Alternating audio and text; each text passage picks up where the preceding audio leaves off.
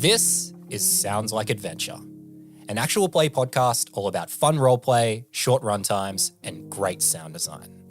I'm your host and DM, Jack Trainer, and I'm joined by my co-hosts and players, Jacob Sirachi and China Wenzel.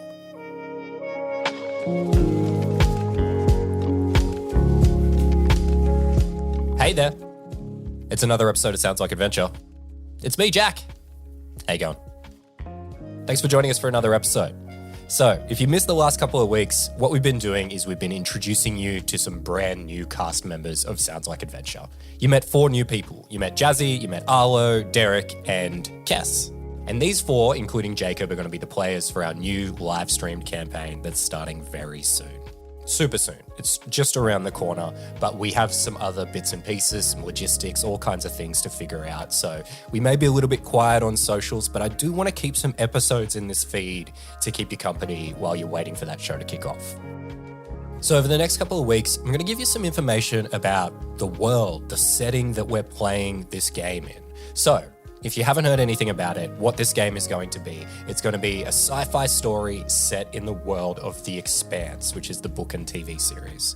And for the system we're going to play, we're going to venture away from D&D and we're going to play the system that was made for this series, the Expanse RPG. It was made by Green Ronin Publishing. It's really cool. It's a 3d6 system. And we just like a lot about it, and we think you're going to like a lot about it as well.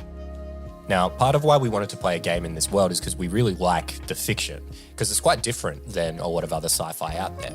So over the next few weeks, I'm going to have some bonus episodes coming where we go through the setting, some of the background, some of the lore, and help you learn a little bit and get situated, find out what this whole system and story is going to be about.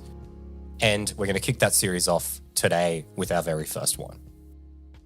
In today's episode, we're going to take a deep dive into the setting of The Expanse.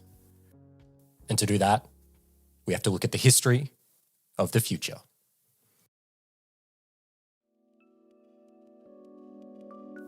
In the beginning, more than 13 billion years ago, all matter in the universe was compressed into a single point.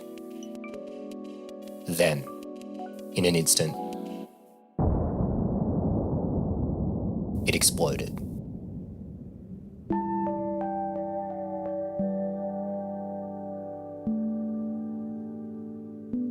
As the matter separated,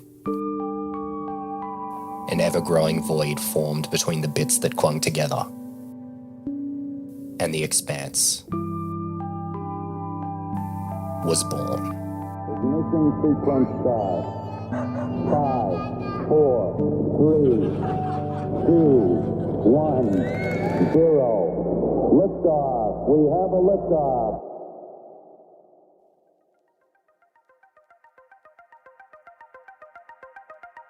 Welcome to Space Like Adventure.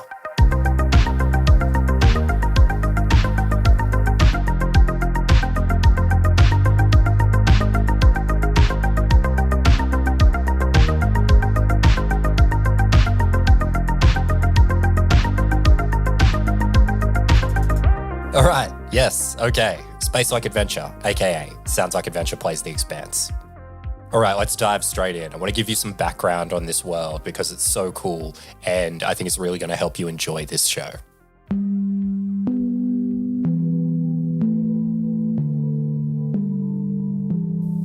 So The Expanse, believe it or not, starts life as a tabletop RPG campaign. So The Expanse is written by James S.A. Corey, and that's a pseudonym for 2 people, actually. It's a pseudonym for Ty Frank and Daniel Abraham. So the 2 of these guys, they were playing in a TTRPG campaign. They created their whole own system that was based on really hard science and lots of very deep research. And they didn't get too far into it, but they realized very quickly this would work better as a story, and they turned it into a novel. And that's the beginning of what we know as The Expanse, the book and the TV series. But what's this? What is the world? So basically, The Expanse is a sci-fi universe set in our universe in the not too distant, but still quite distant future. So in this world, humanity has colonized the stars, but they've only colonized our solar system. So this all sort of kicks off in the late 21st century. We start expanding out into space, but we're hindered by our ability to travel. We're still human beings inside spaceships, and it still takes a really long time to get to these places. But by the late 21st century, we're colonizing different places within our solar system. There's a colony on Mars, for example, and that's probably our biggest colony. So from the 21st to the 23rd century, humanity is spread across all these different planets, starships, space systems, and they change in this time. Earth faces environmental struggles, and the people on Mars, they start to view Mars as their home, not Earth anymore. They start to view themselves as Martians. But those aren't the only people out there. There's people who spend most of their lives either within spaceships or within giant space stations that might be orbiting asteroids or burrowed into the asteroid itself. And as we go on with this show, you'll see about this world, one thing that's very important is the science, it matters. Gravity, it's a real force that does things to people. So if you grow up in space and you have far lesser gravity, then you're going to have different bone density. You're going to look different than other people around you. And this happens to a group of people in this world that are called the Belters. And the Belters are the people who grew up in space stations. They grew up in spaceships. They never went down to the planets or down a gravity well, as they say in this world. And as a result of that, they never will be able to. So over these 2 centuries, these 3 factions emerge: the Earthers, the Martians, and the Belters. In the 23rd century, the Martians declare independence from Earth, and we seem right on the brink of the first ever interplanetary war, when a discovery changes everything. Solomon Epstein, a Martian, invents the Epstein drive, which is a modified fusion drive, which allows human beings to leave the small edge of the inner solar system that they've been able to colonize and head further out to their outer planets and start to colonize the asteroid belt. Now, this is a huge moment because Earth is on the brink of war with Mars at this point, but Mars has this moment where they just advance technologically over Earth massively. So at this moment, when they're about to go to war with Earth, the colonial government of Mars offers the UN, which is the governing body of all of Earth at this stage, access to this revolutionary drive in exchange for independence. And to avoid Mars having this tactical advantage that would just absolutely decimate them, the UN agrees. And we officially have Mars as this third independent faction. And we see this race for colonization across the solar system. So we see outposts in the asteroid belt, such as the big asteroids like Eros and Ceres.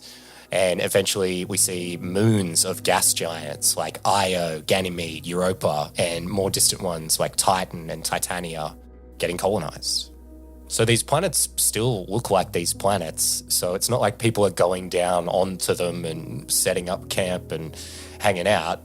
It's space stations, right? There's more space stations. They're burrowing into the asteroids. And as you do that, you create more and more belters. And while this group is like the third faction of this world, they're not an official group. They are largely a displaced group who are used by the other groups within this world. Because when you're born in space, you're kind of a citizen of nowhere. So what they tend to do is they tend to fall into being pirates in space or other unsavory activity, or they just get squashed by the heel of these larger factions that have much more power. So if you're a Belter, what do? You probably turn to a faction like the OPA. The OPA is the Outer Planets Alliance, and they're a semi-terroristic group that, like most Belters, is extremely fractured. But there's one main group within the OPA that is working to try and get proper representation for the people of the belt and eventually to achieve some type of independence like Mars did. And that's where we're going to pick up our campaign, right in the middle of this fractious tension between these 3 different factions. And it seems like it's set to explode because just recently a discovery came from another world. And once again, it changes everything.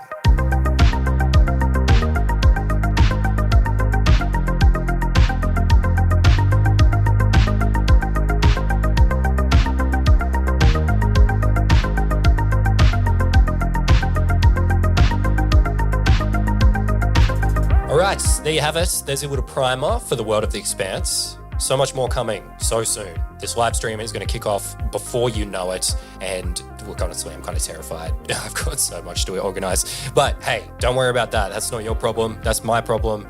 All you got to do is get excited. Space-like adventure just around the corner.